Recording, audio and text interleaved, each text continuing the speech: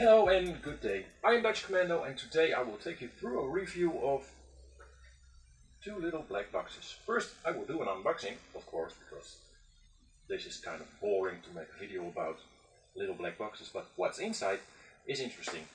Nowadays all the quads are getting smaller and smaller and smaller because when we are flying with nice goggles on our heads, you can't see anything, but you can see where you are flying. So FPV flying is not limited to size, and if you're not limited to size, then the cameras should not be limited to size also. Smaller, always better nowadays.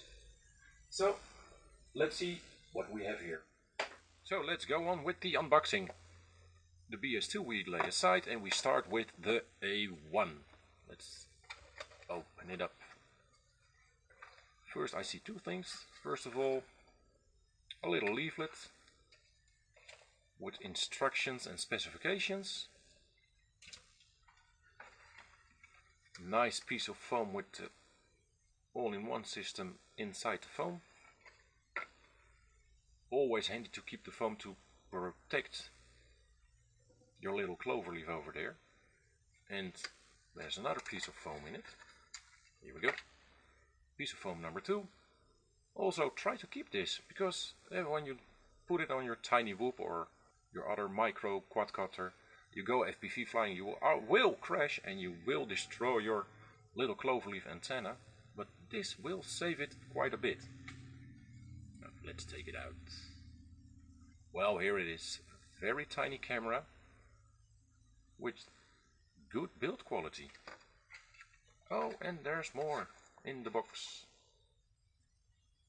A nice piggyback cable. Oh, let's see. The first thing you notice is the lens has some epoxy on it, which is not completely a bad thing, but you must be absolutely certain that the lens is focused correctly at the factory. And as we know, most Chinese factories don't check the focus of their lenses before they ship them out. So I have to check on this later to see if it's focused correctly or not, because if it isn't focused I have to scrape off all the epoxy and readjust the lens to get a correct focus. Just looking around it, it all looks very nice. You see some glare over here, that's from epoxy. But then we go to the back and again we find some more epoxy on the power leads. It's a yay and it's a because, well, this connector isn't doing much for us, and if we want to change the wires we have to remove the epoxy, and it's very hard to solder once there has been epoxy applied. So if you crash, the epoxy could save the wires from being ripped off and destroying the PDB, but on the other hand it will give you some headaches if you want to change the wires. I for one will cut off the small connector over here and solder it straight into my power source, but some people just want to plug it in and swap their parts out, so you'll have to find another way. Well, here on the back we find the display and can see the button to set the band and the frequencies, as well turn the transmitter power off. Turning off the transmitter button, not the cam, could be handy on many ways. It saves power when you are flying line of sight, but more importantly, when you are at a race or a crowded field with more FPV flyers, you can test your settings and fly around without interfering with other people's video feeds. They will love you for it. So, changing channels is quite simple. Just one press of the button, 4, 5, 6, 7 and so on until 8, and then it goes back to 1. Pushing it for 2 seconds, you can change it from race band to A, B, C, E, F, and back to the race band again. Or pushing it and holding it for 5 seconds, blink blink, there we go. Push it one time more and then 0 means I'm not transmitting anything.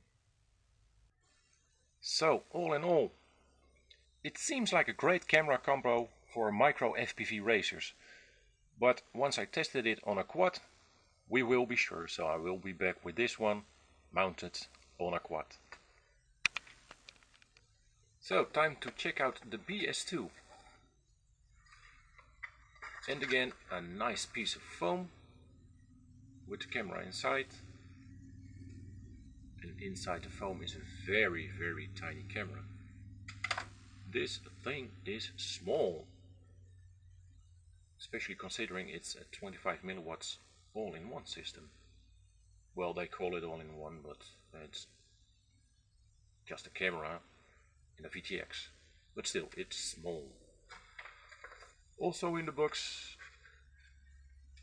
another wire to connect it in any way you want. More foam, and this time in blue, an instruction leaflet. Now for the interesting part. On the back we have 2 rows of LEDs. Blue on the top and red on the bottom. I'm not quite sure if you can see it that well on the camera, but in real life they are very visible. If we want to change the channel, a short press would change the red LEDs to their position, which indicates you have changed a channel. Which channel you need to leave the booklet for. Also for the band, press for 2 seconds and boop, there it goes. 2 seconds. So it saves a lot of weight, but it's not that clear on which channel and which band you are. Also, you can't turn it off with a long press of the button like the A1, so it's not a big miss, but it's a feature I like. But maybe it's personal. You know, I wouldn't even call this BS2 camera VTX Combo Micro. I would call it Nano, because it's so small, it's so light. Just put it on your tiny Whoop or brushed quadcopter and, well, it's so tiny, it's so light. It makes great fun for bashing around in your house, I guess. But I don't know yet, because I have to mount it on my multicopter and also the A1. So let's see how they compare in real life in the air.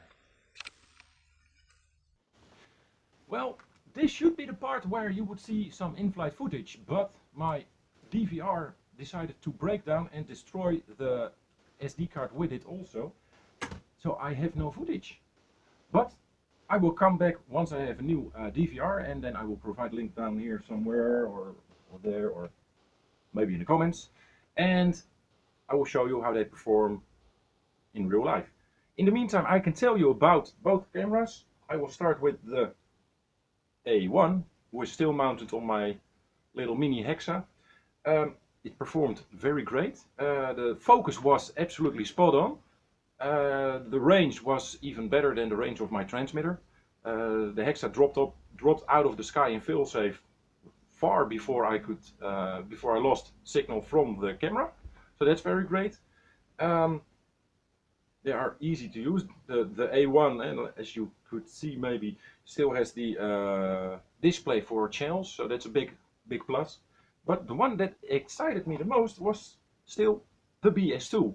This little tiny very light camera with dipole antenna performed just as well as the little bit bigger cloverleaf antenna. They're both 25 milliwatts, but there should be changes in antennas. Also, the focus was great, and since it's smaller, since it's lighter, I think this is the best competitor for your tiny Whoop and all other small, especially brushed quads, because it doesn't put a strain for weight on your quad as much as that one, and it performs well, absolutely the same. So my verdict is, if you have a choice between these two, or maybe between many others, get one of these, and the BS2 outperforms many other little micro all-in-one camera systems that I have owned. So get this one or that one, just as you want, but they're great. That's it for now. I will see you next time. I will provide a link down here somewhere for the in-flight footage, but it can take some while because the DVR is, of course, on the slow boat from China. Thank you for watching. See you next time.